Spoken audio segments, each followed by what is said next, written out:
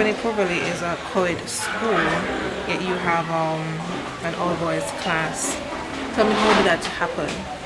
Alright, so the all boys class started from grade 4. However, it wasn't structured until last year when they were in grade 5. Yes, we are co-educational. However, we saw the need to include an all boys class because we know that sometimes we have disruptive students, especially boys in schools, and we find that some of these boys were disruptive in terms of their behavior in class and outside of class. We also saw where the teaching strategies may not have been, helping them in terms of teaching strategies for co-ed students.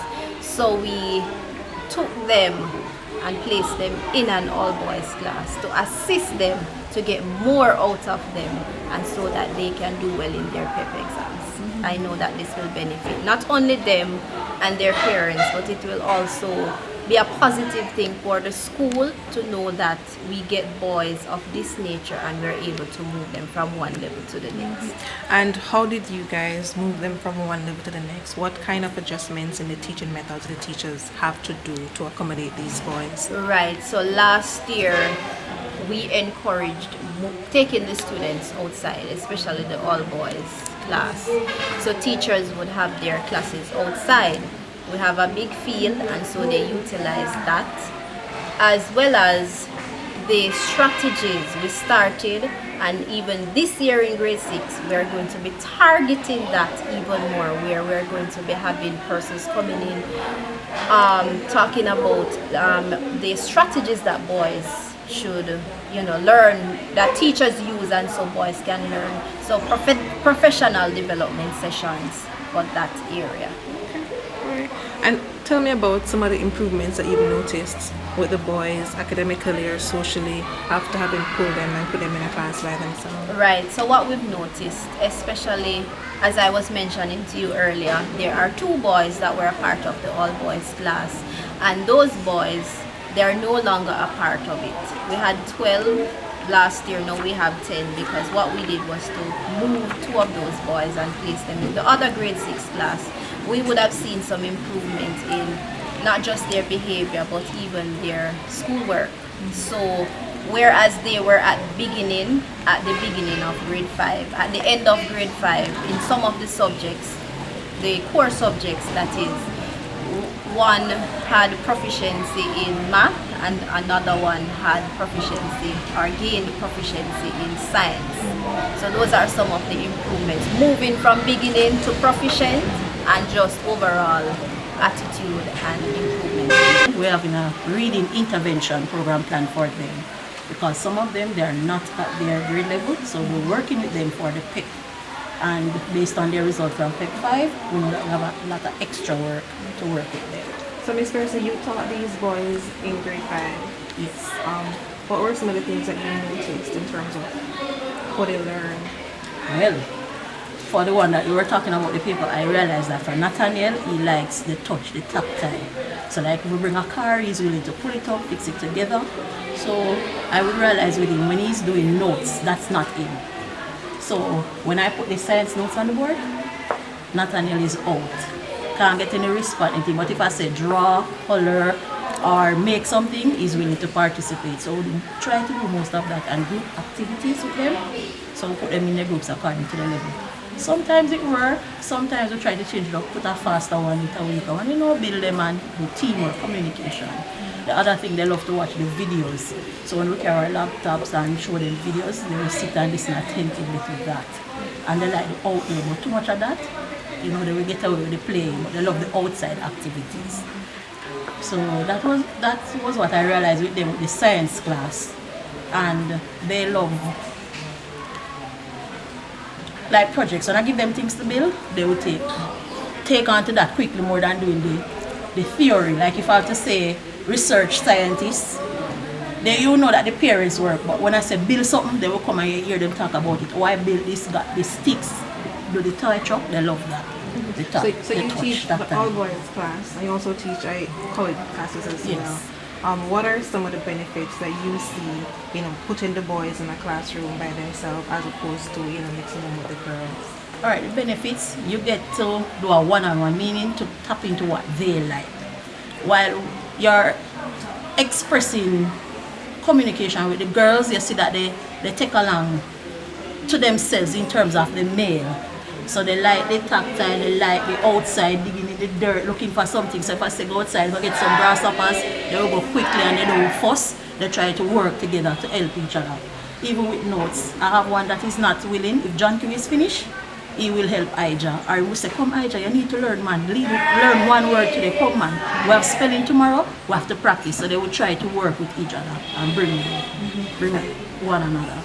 And so you're the form teacher now, what are your expectations for them? You're doing well, the expectation is high now because with the parents and the result, they want the result, but wouldn't say it would have to hit the parents to know that, all right, this is my child true potential. So whatever the teacher says, try to guide him. So some would need extra help, like some try to apply for the micro to see how best to get assistance, with the exam and to do little tests. But my expectation is to work with them, try to even get one of their 7 schools off that paper. So we do extra lesson, hopefully Saturday class, and hope the parents stop in to push that. And as Mr. Leslie said today, he's going to come in to work with them for extra lessons. So that's another extra help. And I hope they take to it and we push them. And they will be all highly proficient to try our best to get them there so that they can be ready for high schools. Well, I can tell you that the parents are excited because we had to send a letter home to the parents for the parents to agree for the boys to be a part of the program, because we don't want to start a program and the parents are not on board, and it is only fitting to get them or get their support. So they had to sign a form to say that they're allowing the boys, and so they're excited. They would have expressed that. They would have also been encouraging the child to ensure that they do well. As it relates to the Ministry of Education and Youth, the ministry, their mandate is for students to move from one level to the next.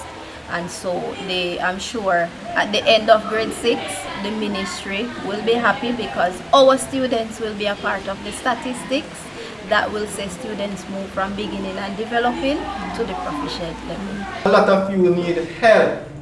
And so my team and I plan to come in, assist the teachers, give you the extra lesson that you need free of cost. The program basically designed to empower our young boys to actually become the best version of themselves using lead. Because what I've recognized in our society today, we tend to focus on our girls and not necessarily our boys. And our boys need to be empowered and inspired equally as our girls. So having a classroom of boys may have different challenges at home that I experienced as a child. I want to ensure that they get the best to receive their full potential. What will your mentorship here entail?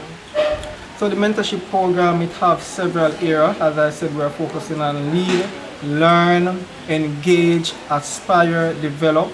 So each of these letters now carries a different initiative, I would say, or co-program that will engage the boys. So learn, we will focus on their academic development and improvement. Engage, we want to get them socially aware and empower. Aspire, expose them to the different areas of interest that they will help them to create or to become more and develop their personal and impersonal skills.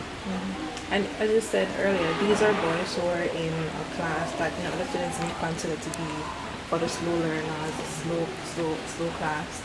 What is your word to the young men who are in this class to help them develop or to improve their academic standing?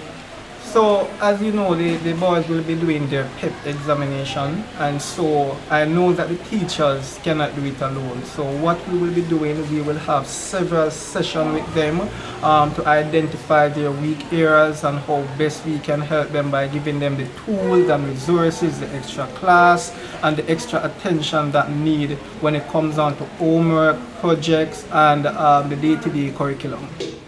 one of the core values of this institution is social awareness.